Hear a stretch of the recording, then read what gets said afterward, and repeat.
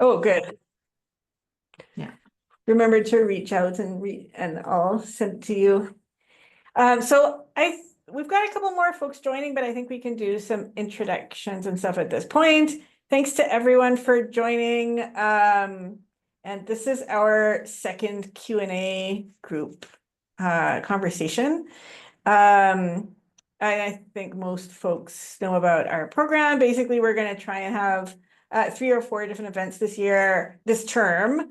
And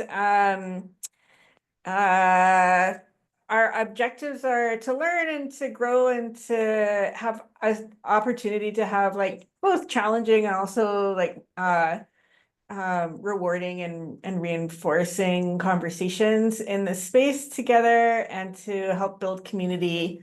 And so that's basically where we're coming from. And I am really grateful to Elle for agreeing to give this presentation. Elle's based at SFU. And so the opportunity to do this by webinar and to learn from their experiences remotely is really very much appreciated.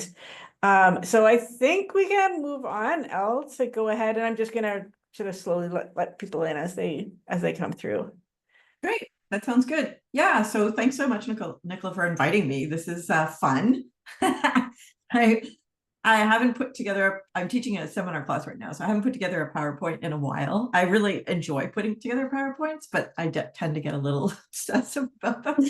Anyways, but you know, I'm a Canadian historian and you are going to get a lesson in Canadian history today. And yeah, that's all I'm going to say. So I just hope I hope you survive. I hope it goes well. But I am a historian of sexuality. And what else can I tell you? You know, political activist and do 20th century modern sexuality. Yeah. And so I think a lot about history and its value. And when I originally was thinking about what to talk about today, this was the title I came up with. Trans people are not new, but history won't change a thing. And I'll explain to you as I go through this talk why that was going to be the focus of my talk. But so many things have happened that like every day, as you all know. So as you can see, I scratched that out. And so you're going to get a bit of a history lecture today. So I'd like to acknowledge that I'm on the unceded territory of the Squamish, Tsleil-Waututh, and Musqueam people. And I just read and taught, well, my students taught Lee Merkel's Raven Song, which is really a fantastic novel. So I want to recommend that to you. It was quite good. We used it to talk about the origin, like sort of causes and conditions for murdered and missing Indigenous women. So it's not about murdered and missing Indigenous women, but it's quite a clever novel in terms of exploring some of the differences between Indigenous people and white society. All right. Oh, let's see. There we go. Okay. Oh, now I just have to. Oh, okay. This is the trick about Zoom, right? I have to do this so that I can also read my notes. All right. So I'm just going to assume that you all have some awareness of the anti-trans bills that are being introduced and in some cases passed, in some cases failing in the United States. So it's really big news these days. And this is a really excellent website, translegislation.com, that is just a wealth of information about what's happening in the US. And what's quite interesting is this little graph here. So what we can see here is what the bills are. So as you can see, pink bills focus on excluding trans people from using washrooms, excluding trans people from sports teams, inhibiting or prohibiting access to healthcare, education, and then we have this broad category other. As a historian, I find this chart as a long rise, a little bit laughable. 2015, it's not that long ago. But in any case, I guess for some people, it is a long rise.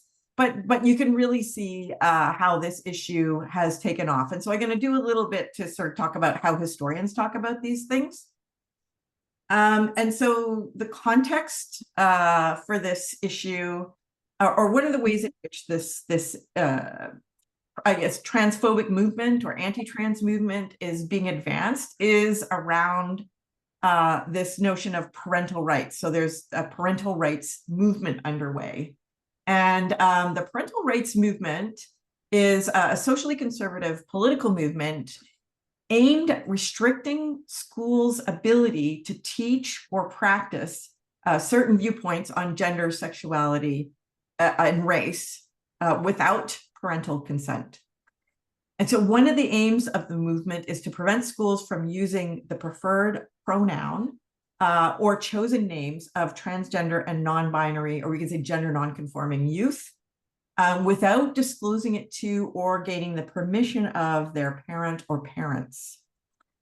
More broadly, the movement aims to prevent the teaching of queer issues in public schools without parental agreement.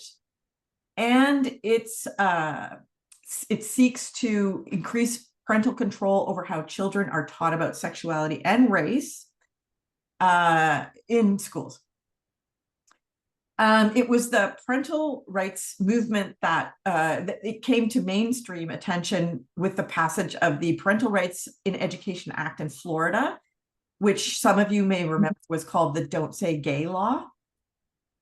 So we can sort of trace its emergence to that point in time, not that long ago. And since then, the movement has expanded across the US and, of course, in Canada.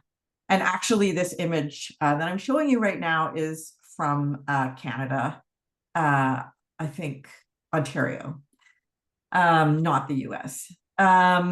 Proponents of the movement have claimed that they aim to prevent the indoctrination of children by queer activists, while opponents of the movement argue that parental rights legislation endangers children by possibly outing them to unaccepting guardians.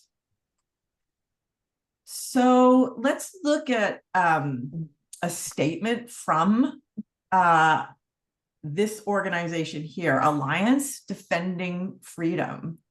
So particularly as Canadians, when we read this description, ADF advances every person's God-given right to live and speak the truth. We might think of them as a fringe group, but they're far from a fringe group. In fact, the ADF is the world's largest legal organization, quote unquote, advancing every person's God-given right to live and speak the truth. It's one of the nation's most respected and successful United States Supreme Court advocates, according to their own website. They have played a role in 77 Supreme Court victories, including, some of you will remember, the Masterpiece Cake Shop case, in which a baker wanted to refuse to sell a wedding cake to a same-sex couple. And they've also were part of the legal team that helped overturn Roe v. Wade. So this is a very, very important, this is a driver. This organization is a driver. And as you can see from this image here, they have over 4,800 lawyers working for them, and their win rate is quite significant. So let's go back to this bit of text here. And I just want to point out some of the language, and I'm approaching this as a historian. So what they're calling on, as you can see here, is protecting quote unquote vulnerable children, vulnerable minors. So on the one hand, we see this characterization of children as vulnerable in need of protection. And then the other really key piece here is that they're calling gender affirming care experimental and unproven. So these this tactic in terms of protecting children has been used many times throughout the 20th century with regard to sex in schools. So anytime there were efforts to bring in sex education, and of course, pre-1980s, that sex education was strictly heterosexual and heteronormative, of course. But it was met with controversy by parents who wanted to, quote unquote, protect children and argued that it was the parents' right and obligation to, because it's so value-laden, issues around sexuality, to teach their children and not the schools. So we see the articulation of the movement using the same kind of frame that we've seen in the past. So how have historians responded to this issue? So one of the early responses has been to argue that trans people are not new. This is not experimental, and this is not a new phenomenon. So, the earliest evidence of trans people comes from the Neolithic and Bronze Age, from drawings and figures from that period, which includes, for example, a burial that was uncovered in the Czech Republic of a male skeleton in women's clothing. And this dates back over 5,000 rather years ago.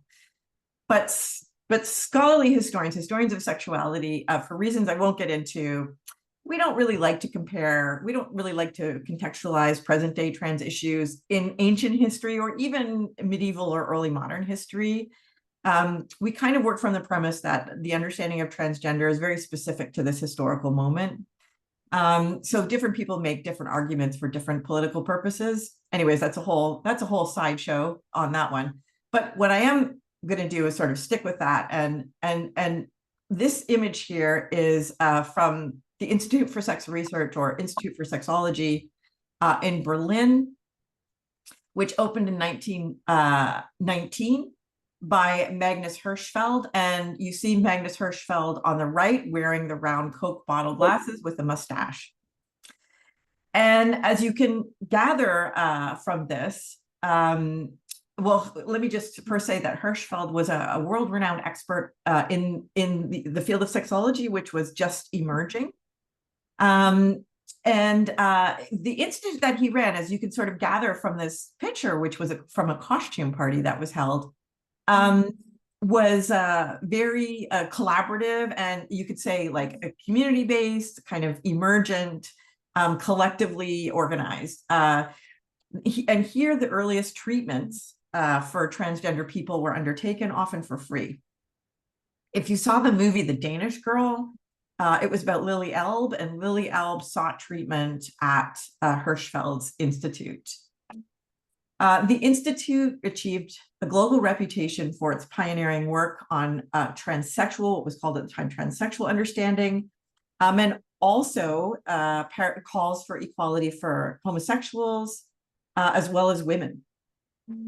Hirschfeld was gay, and he was a passionate advocate for homosexual rights, and had long actively appealed for the repeal of paragraph 175, which was the anti-homosexual law, the law prohibiting same-sex sex in Germany. Now, interestingly, the Nazi Party was formed the same year the Institute opened, 1919. And Hirschfeld was an obvious target for the Nazis. And indeed, in 1933, it was the site of one of the first assaults, public assaults on an institute in Germany.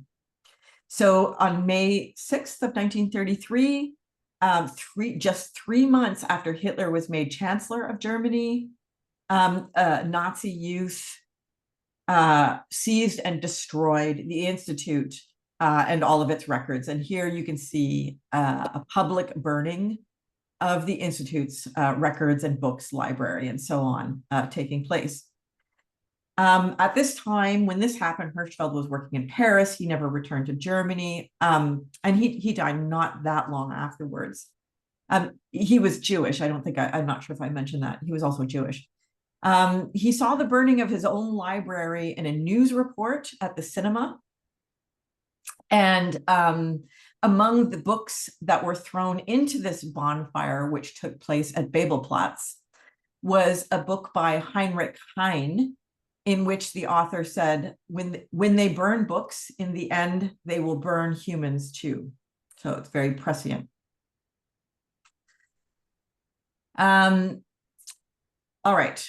So, and I've heard an American activist say that what is happening in the United States today is the equivalent of a digital book burning, which I thought was a very interesting example, or a very interesting way to look at it. So I'm not sure if you're aware, but in the US, all government pages have been scrubbed of transgender information, including transgender history. And this is happening, even PBS, for example, took down some transgender content. 19% of its funding comes from the federal government. So even PBS, which, as you know, is quite progressive, is complying with these orders. So what we are seeing the erasure of trans history and experience in the US. So this is a more recent book by Gil Peterson, in which she uses history and the history of gender treatment in clinical settings in the US to argue that the trans child is not new. So I was saying before, historians responded by saying trans people are not new. So she's saying neither are trans children. They're not new either. I don't particularly recommend this book if you're not interested in a scholarly book. It's very scholarly. It's not an easy read. I just finished teaching it to my students, and they struggled with it. I struggle with it a little bit. She doesn't have a wonderful accessible prose style. So, but you know, you dip into it if you like. But I don't want you to go off and. All right. So I'm sure many of us are saying, well, surely none of this can happen in Canada. What's going on in the United States? I mean, we're distinctly different, particularly around human rights, right? We have the Charter of Rights and Freedoms. It's embedded in our Constitution, and it's part of our culture. Well, this turns out to be deeply endangered. And in order for me to explain to you why, unfortunately, I have to get into some super boring political history. So, how many of you remember this? Some of you are old enough to remember this. So this is Pierre Elliott Trudeau signing the Constitution, which he was responsible for patriating. So our Constitution was with Britain. So Britain was the final court for Canada right up until 1982, when the Constitution was patriated. And as far as Trudeau was concerned, this was absolutely ridiculous. And so one of his major goals was to patriate the Constitution. But he also wanted to enshrine a Charter of Rights and Freedoms to protect individual rights at both the federal and provincial levels. This was very important to him.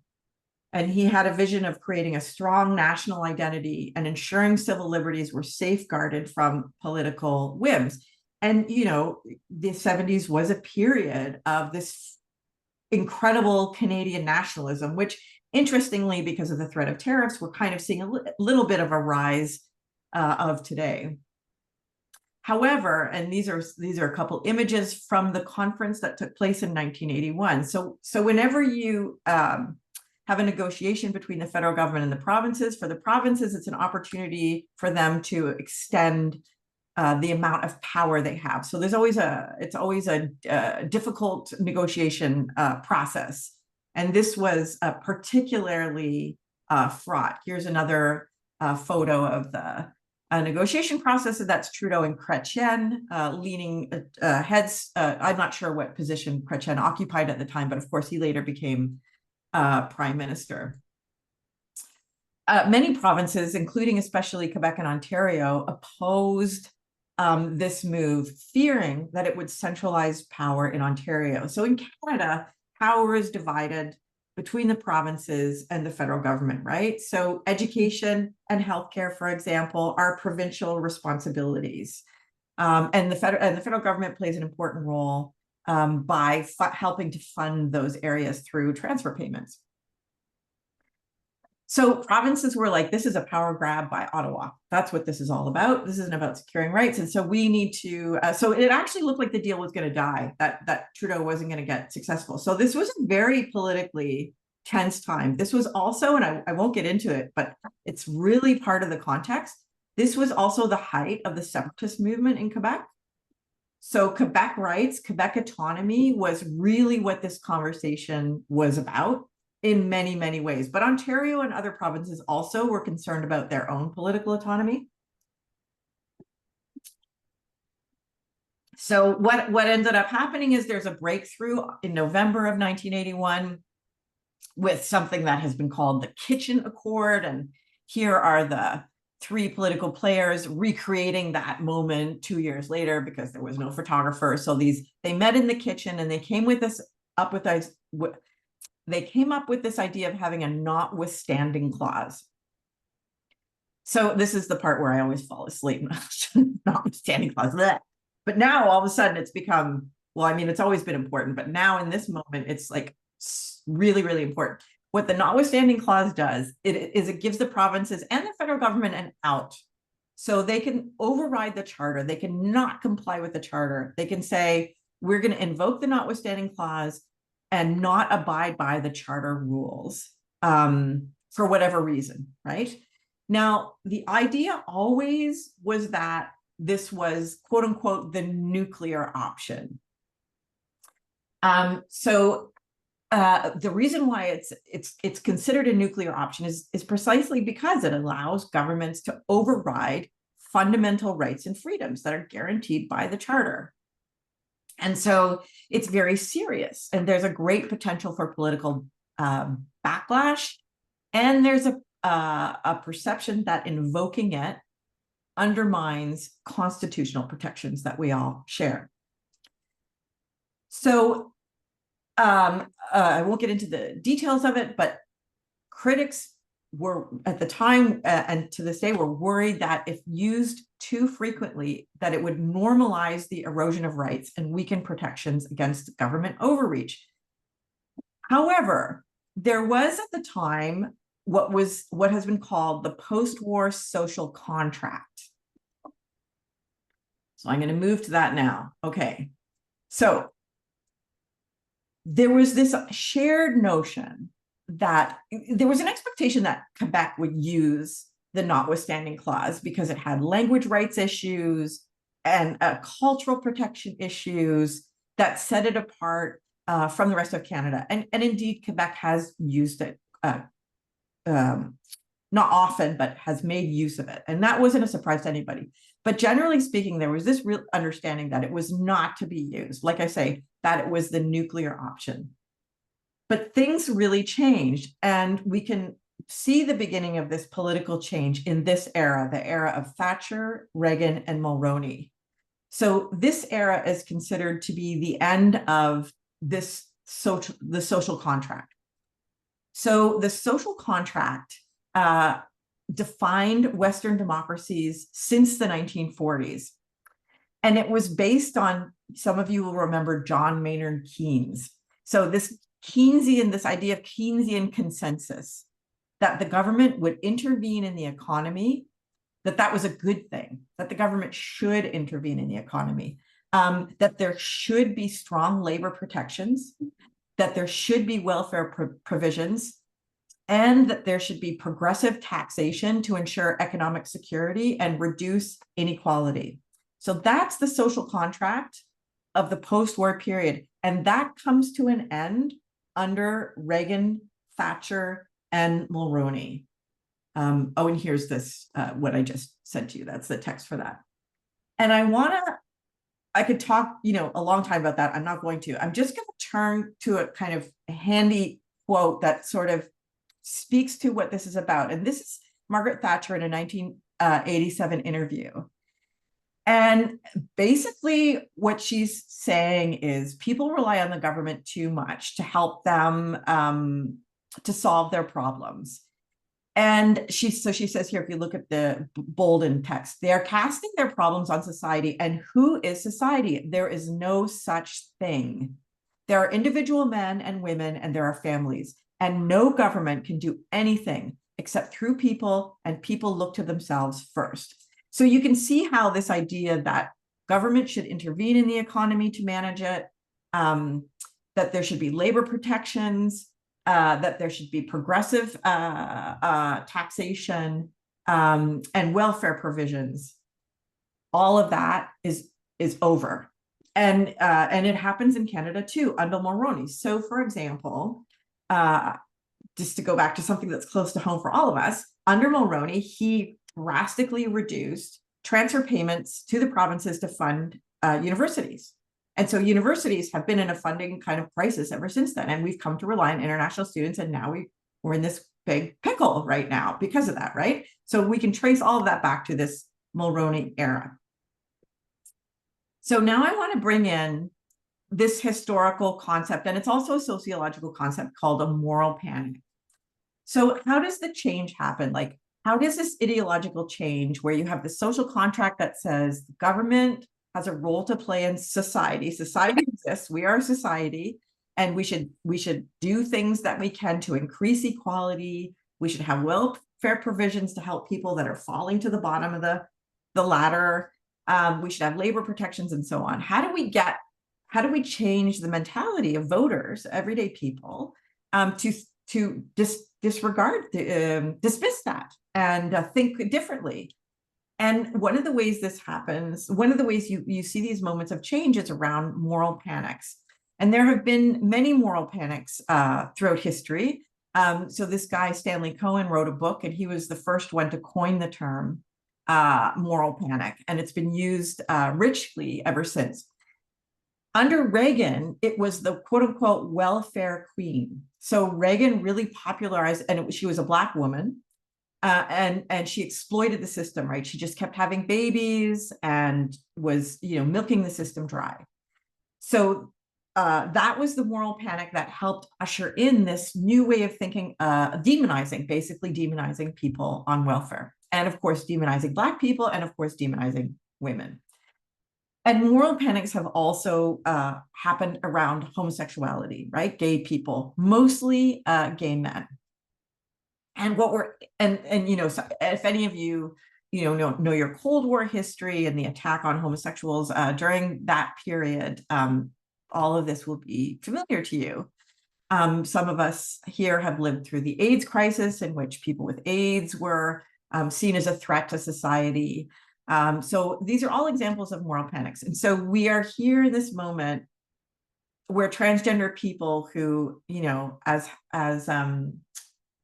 I keep forgetting her name. Anyway, she said, that people are focusing on the wrong 1%, right? The famous actor, Black actor, who was in Orange is the New Black. Anyhow, so trans people are the moral panic of the day, and they serve a really, really important role. And it's the same role that the Black, quote unquote, welfare queen served, and the homosexual has served in the past. So that brings us up to the present day. This is kind of the historical roots of how we get to this moment. How do we get to this moment of a parental bill of rights passing in Saskatchewan? And I'm going to focus on Saskatchewan. So there's legislation in Alberta and in New Brunswick as well. But I'm going to focus on Saskatchewan because the case that's before the courts right now brings us back to the notwithstanding clause and could change everything in Canada. So, these values that we have, part of the argument I'm making here is values change over time, and there's historical reasons for it. So we had this value shift away from the social contract, influenced by the UK and the US. And so there's every reason to believe historically that the same value change could potentially happen in Canada. I'm going to tell you how that can happen legislatively. So let's see, I'm just getting up ahead in my notes here. In August of 23, the Saskatchewan government enacts a policy titled Use of Preferred First Name and Pronouns by Students. And it requires school to obtain parental consent for students under 16 before using their chosen name, gender identity, or gender expression. It also requires that parents and guardians are informed about the sexual health education curriculum in schools, and that they can gives parents the rights to pull their children out of it. And interestingly, it also prohibits quote unquote third-party organizations that provide education on sexual health and gender. So in BC, for example, there's what's it called, the Vancouver used to be called the Queer Film Festival, has Out in Schools, right? It's this massive program that's been running for years. They visit schools. That would be prohibited in Saskatchewan. You wouldn't be able to do that.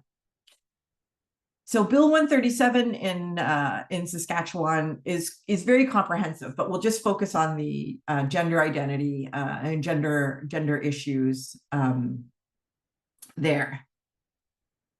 So once this passed, the University of Regina Pride Center for Sexuality and Gender Diversity, which is a nonprofit organization in Regina, contacted the government of Saskatchewan and requested that it suspend the policy implementation, but the government declined the request.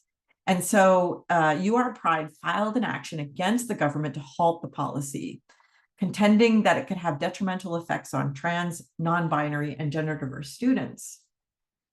They argue that the policy undermines inclusivity and discriminates against non-traditional family structures and queer students. They requested an injunction to delay the implementation of the policy. The injunction was granted.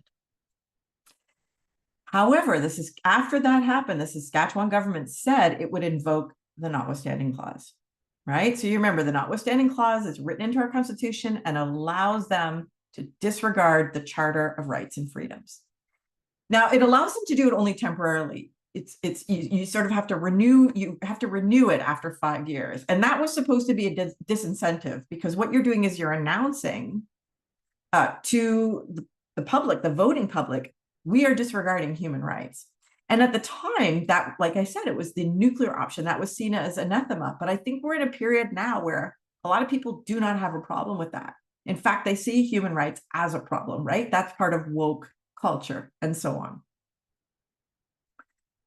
So the reason why this case is so important is because according to a colleague of mine who is a lawyer who was involved was one of the intervening parties in this case when it was fought in Saskatchewan. According to her, this will go to the Supreme Court. And how the Supreme Court rules will determine whether or not our human rights code is worth the paper it's written on. So the possibility exists. So I guess what I would say is, on the one hand, we have a changed climate. We have this Achilles heel. It's the notwithstanding clause, which was believed would really never be used, or used only in very rare circumstances. So we have a changed climate in which the public is willing to have their elected officials use it, number one, right? And number two, we have this changed climate where the idea of human rights protections are not valued the way they used to be. And in fact, maybe devalued. People might actually be opposed. We could say, well, we know people are opposed to them, right? Particularly when it comes to trans people, but we can think of other people as well. Certainly immigrants and refugees. But maybe it's not the most important thing, but very, very importantly, if the Supreme Court upholds Saskatchewan's right to invoke the notwithstanding clause, then it basically means the Human Rights Code in Canada is worthless and it's meaningless. So I shared this with my students the other day. So we're all in difficult times, but I wanted to bring to your attention today is how it's unfolding in Canada. So not to be complacent.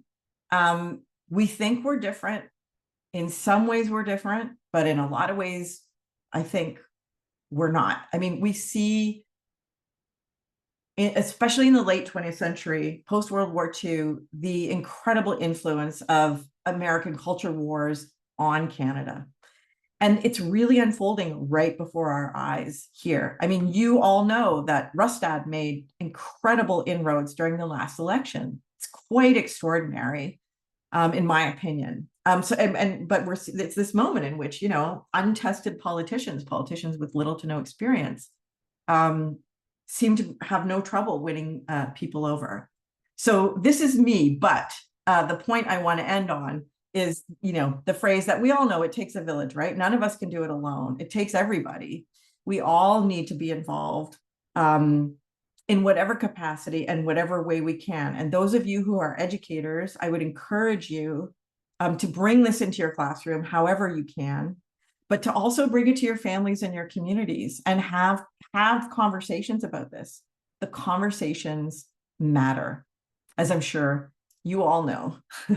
And that is the end of my super boring Canadian political history lecture. Thank you very much.